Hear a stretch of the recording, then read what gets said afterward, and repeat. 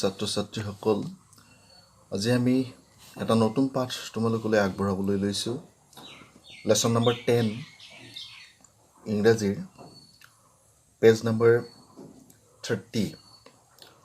ইয়াত এটা গল্প আছে, ডেমন এণ্ড পেথিয়াছ।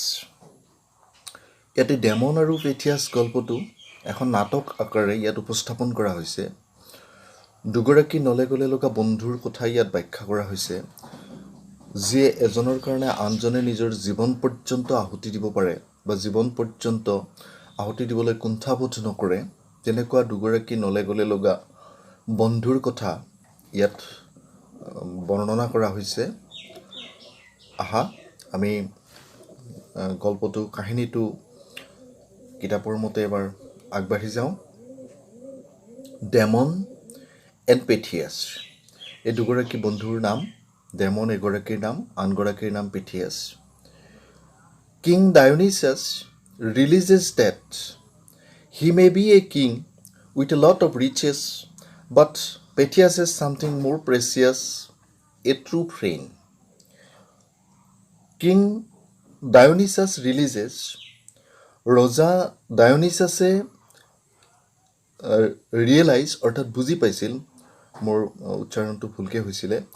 কিং ডায়োনিছাছ ৰিয়েলাইজেছ, ৰজা ডায়োনিছাছে বুজি পাইছিলে, ডেট যে হি মে বি এ কিং, তেওঁ ৰজা হ'ব পাৰে, with a lot of reaches, তেওঁৰ ধন সম্পদ বেছিকৈ থাকিব পাৰে, ৰিচ মানে ধনী। বাট কিন্তু পেথিয়াছ হেজ ছামথিং মোৰ প্ৰেচিয়াছ, পেথিয়াছৰ কিবা এটা বিশেষ আছে, প্ৰেচিয়াছ মানে মূল্যৱান, অতি মূল্যৱান বস্তু আছে, এ ট্ৰু ফ্ৰেণ্ড, আৰু সেইটো হৈছে এটা সত্যবাদিতা বা সত্যবাদী বন্ধু, সঁচা অৰ্থত বন্ধু, যাক ট্ৰু ফ্ৰেণ্ড বুলি কোৱা হৈছে।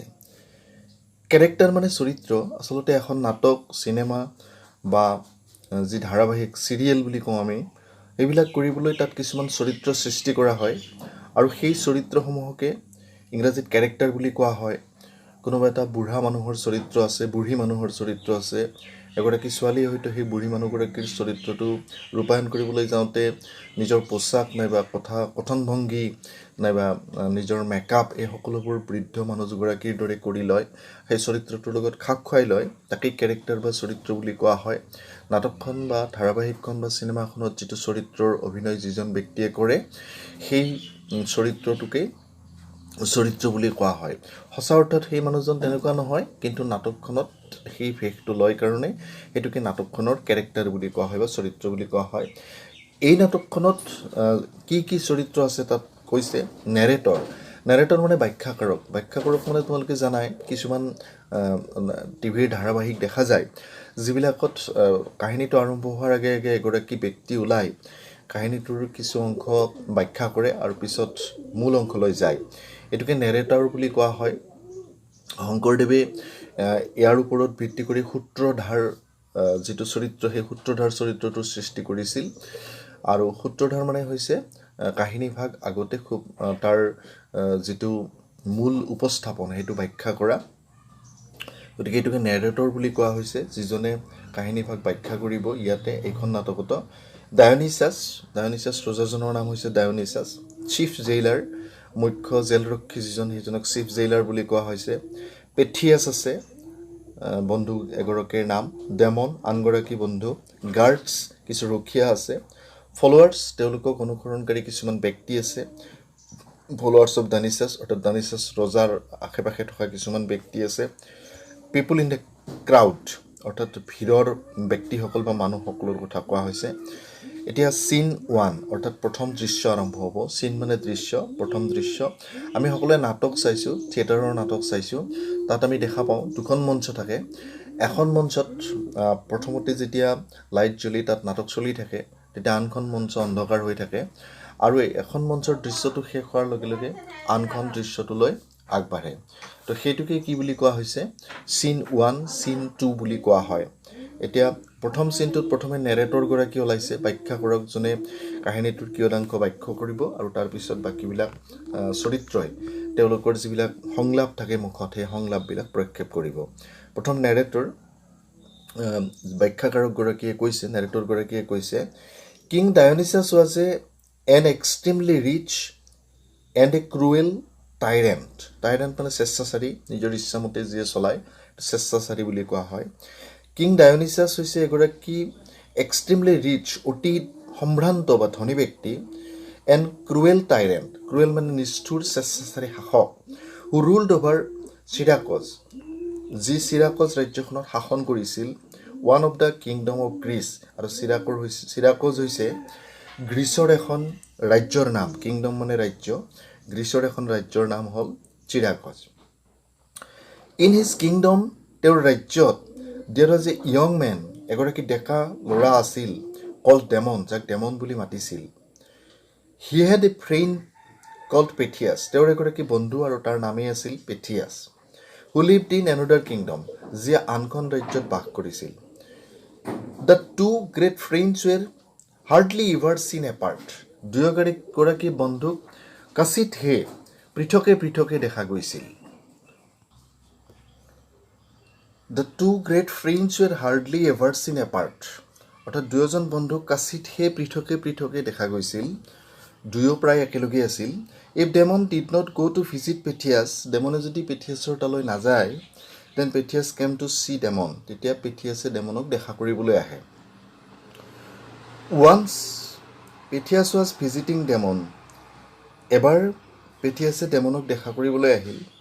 আনফৰ্চুনেটলি, দুৰ্ভাগ্যবশতঃ, he made Dionysius very angry, তেওঁ ৰজা ডায়োনিছাছৰ বৰ খং উঠালে, বাই ছেয়িং, কথা কয়, ইন পাব্লিক, ৰাজহুৱা কয়, that he was a wicked ruler, যে তেওঁ এজন উইকেড ৰুলাৰ বা দুষ্ট বুদ্ধিৰ শাসনকৰ্তা বুলি ৰাজহুৱাভাৱে কৈ তেওঁ কি কৰিলে, ৰজা ডায়োনিছাছৰ যথেষ্ট খং উঠালে। The tyrant put him in prison, তেতিয়া এই স্বেচ্ছাচাৰী শাসকগৰাকীয়ে, ট্ৰায়েণ্ট মানে স্বেচ্ছাচাৰী শাসক, তেওঁক জেলত দিলে, এণ্ড কণ্ডেমড হিম টু ডাই, আৰু তেওঁৰ মৃত্যুদণ্ড ঘোষণা কৰিলে, ইন 3 months, 3 মাহৰ ভিতৰত। ডায়োনিছাছ, তেতিয়া ডায়োনিছাছ ৰজা আহিছে, আহি কৈছে, who is this knave you soldiers a brute, যে সৈনিকসকল তোমালোকে যে লৈ আহিছা, এই দুষ্ট ব্যক্তিজন কোন? নেফ মানে অসভ্য, এই অসভ্য ব্যক্তিগৰাকী কোন? তেতিয়া চিফ জেইলাৰগৰাকীয়ে কৈছে, it's the man you sent us to arrest for speaking against you, এইজনে সেইজন মানুহ যিজনক আপোনাৰ বিৰুদ্ধে কোৱাৰ বাবে আপুনি কৰায়ত্ব কৰিবলৈ পঠাইছিল বা এৰেষ্ট কৰিবলৈ পঠাইছিল। অ' মাইটি কিং, হে সৰ্বশক্তিমান মহাৰাজ, মাইটি মানে সৰ্বশক্তিমান।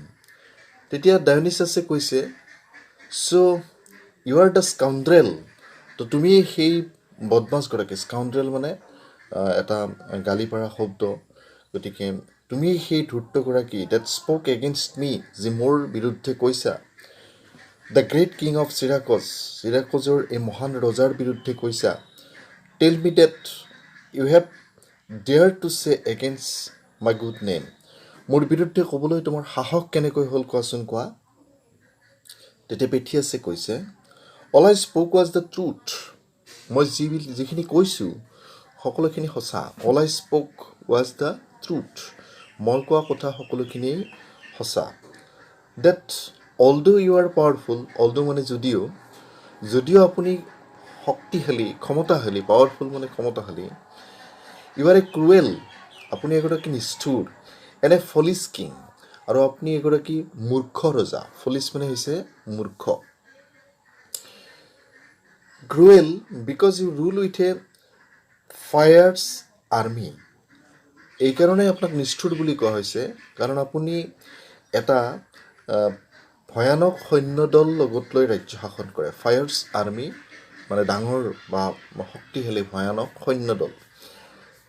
ফুলিছ বিকজ, আৰু মূৰ্খ বুলি এইকাৰণে কোৱা হৈছে, your people serve you out of fear, আপোনাক মানুহসকলে যে সেৱা কৰে, ভয়তে সেৱা কৰে, চাৰ্ভ ইউ সেৱা কৰে, আউট অফ ফিয়াৰ ভয়তে সেৱা কৰে, নট বিকজ দ্য ৰেচপেক্ট, কোনেও আপোনাক সন্মান কৰি সেৱা নকৰে, এণ্ড লাভ ইউ বা মৰম কৰি নকৰে, এ গুড ৰুলাৰ উড যিখিনি এগৰাকী ভাল শাসকৰ থকা উচিত গুড ৰুলাৰ উড থকা উচিত তেতিয়া ডায়নিছাছে খং কৰি কৈছে চাইলেঞ্চ মনে মনে থকা আই হেভ হাৰ্ড ইনাফ মই বহুত কথাই শুনিলোঁ তোমাৰ ইনাফ মানে বহুত আই হেভ হাৰ্ড ইনাফ মই বহুত কথাই শুনিলোঁ because of your insolent words you shall learn how powerful I truly am because of your insolent word তোমাৰ কৰ্কশ শব্দবোৰ মই বহুত শুনিলোঁ you shall learn how powerful I truly am মই আচলতে কিমান শক্তিশালী তুমি চাব খোজা নেকি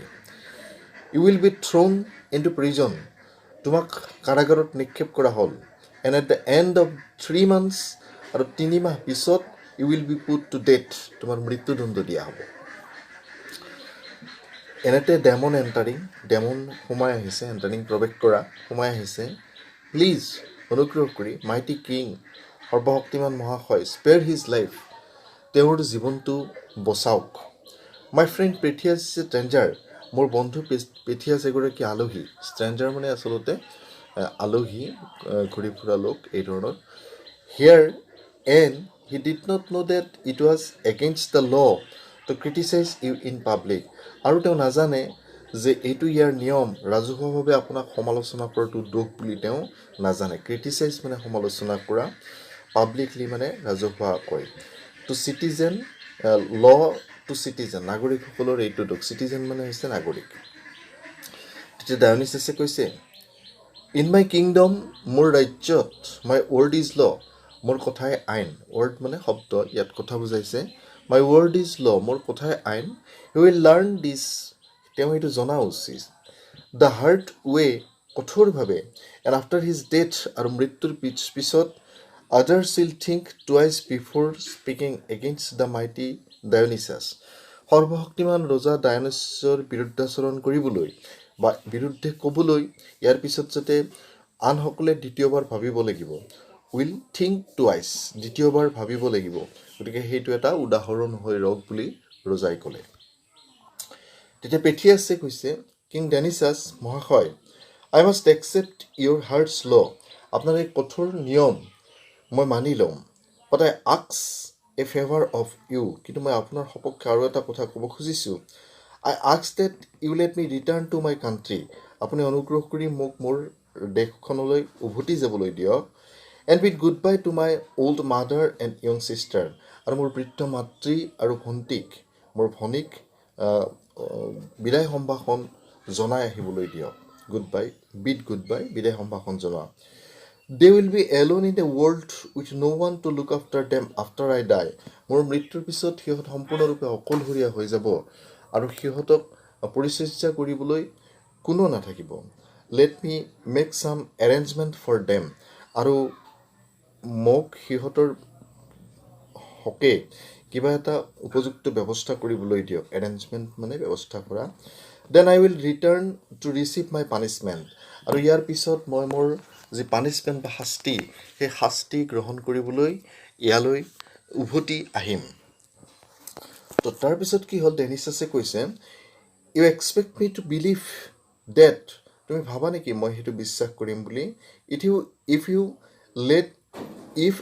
ইফ লেট ইউ গ' যদি তোমাক যাবলৈ দিয়া হয় ইউ উইল ৰিটাৰ্ণ তুমি যে উভতি আহিবা মই সেই কথা বিশ্বাস কৰিম বুলি ভাবিছা নেকি guard throw' this criminal into prison ৰখীয়াসকল এই ক্ৰিমিনেলজনক বা এই আছামীজনক চোৰজনক জেলত দিয়া প্ৰিজন কাৰাগাৰত দিয়া নিক্ষেপ কৰা তেতিয়া ডেমনে কৈছে ৱেইট গ্ৰেট কিং মহাশয় অলপ ৰ'ব my friend Pythias is an honest man মোৰ বন্ধু পেথিয়াছ এগৰাকী অনেষ্ট মেন শান্ত মানুহ if he promise to return যদিহে সি আহোঁ বুলি কথা দিয়ে he will keep his words তেওঁ নিশ্চয় তেওঁৰ কথা ৰাখিব if he does not return আৰু যদি তেওঁ উভতি নাহে then on the day of his execution আৰু তেতিয়া তেওঁৰ মৃত্যুদণ্ডৰ যিটো দিন ডে অফ এক্সিকিউশ্যন মৃত্যুদণ্ড কাৰ্যকৰী কৰা দিনটোক ডে অফ এক্সিকিউশ্যন বুলি কোৱা হৈছে I will take his punishment of death মই তেওঁৰ হৈ সেই শাস্তি মৃত্যুৰ শাস্তি গ্ৰহণ কৰিম এই বুলি তেওঁৰ বন্ধু পেথিয়াছে উল্লেখ কৰিলে। তেতিয়া ডায়োনিছাছে কৈছে, ৱেল, ঠিক আছে, if you are foolish enough to take his place, যদি তুমি তাৰ ঠাই ল'বলৈ ইমানেই মূৰ্খ হৈছা, then you deserve his death, তেতিয়াহ'লে তুমি তেওঁৰ মৃত্যুৰ বাবে যোগ্য। Throw' Damon into prison instead, ডেমনক জেলত থৈ দিয়া, কাৰাগাৰত থৈ দিয়া। Exit Dionysius and his people, তেতিয়া ডেনিছাছ, ৰজা ডেনিছাছ আৰু তেওঁৰ যিসকল ফলোৱাৰ্ছ আছিল, তেওঁৰ লোকসকল আছিল, তেওঁলোক ওলাই গ'ল। এক্সিট মানে ওলাই যোৱা, মঞ্চৰ পৰা ওলাই গ'ল। তেতিয়া পেথিয়াছে কৈছে, thank you Damon my friend, যে বন্ধু ডেমন, তোমাক মই ধন্যবাদ জনালোঁ। I will feel better after my family has been taken care of, মই ইয়াৰ পিছত মোৰ পৰিয়ালক যতন লৈ পৰিয়ালৰ এটা সুব্যৱস্থা কৰিম। দেন আই শ্বেল ৰিটাৰ্ণ, আৰু তাৰপিছত মই উভতি আহিম। I will not let you take my penalty of death, মোৰ দোষৰ শাস্তি আপোনাক মই কেতিয়াও ল'বলৈ নিদিওঁ। তেতিয়া ডেমনে ক'লে, I believe you my friend, বন্ধু মই তোমাক বিশ্বাস কৰিছোঁ। Good luck for your journey, তোমাৰ যিটো জাৰ্ণি বা যাত্ৰা, তাৰ কাৰণে মই শুভকামনা জনালোঁ। দে চেক হেণ্ডছ, সিহঁতে হেণ্ডশ্বেক কৰিলে, ব্ৰেকেটৰ ভিতৰত কৈছে, নিৰ্দেশনাটো দিছে, হেণ্ডশ্বেক কৰিলে। এণ্ড পেথিয়াছ লিভছ, আৰু পেথিয়াছ আঁতৰি গুচি গ'ল।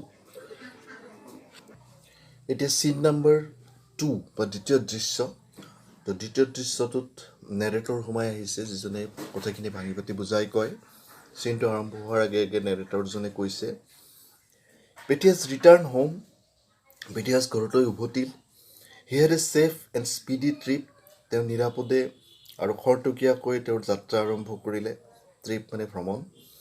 হি got his sisters married to a good man, এজন ভাল ব্যক্তিৰ লগত তেওঁৰ ভনীয়েকৰ বিয়া দিলে। Bade goodbye to his mother, মাকক বিদায় সম্ভাষণ জনালে।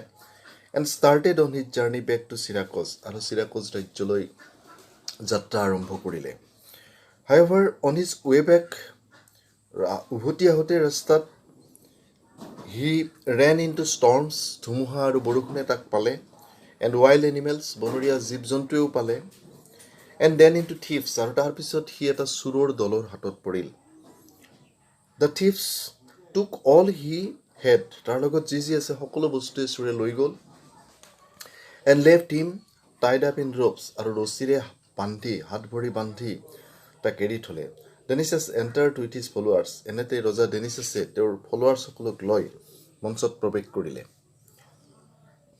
ডেনিছাছে কৈছে, so' Damon, the day for execution is almost here, ইতিমধ্যে মৃত্যুদণ্ডৰ দিন সমাগত বা আহিছে।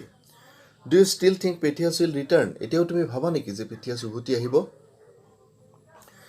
ডেমনে কৈছে, my friend is loyal and will come if he can, মোৰ বন্ধুজন অতি বিনম্ৰ আৰু নিশ্চয় পাৰিলে তেওঁ উভতি আহিব।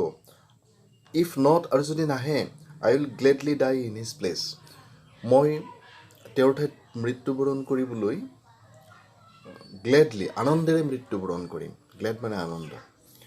ডেনিছাছে ক'লে, then you are foolish beyond belief, তুমি নিশ্চয় বিশ্বাস কৰি মূৰ্খামি কৰিছা পেথিয়াছ।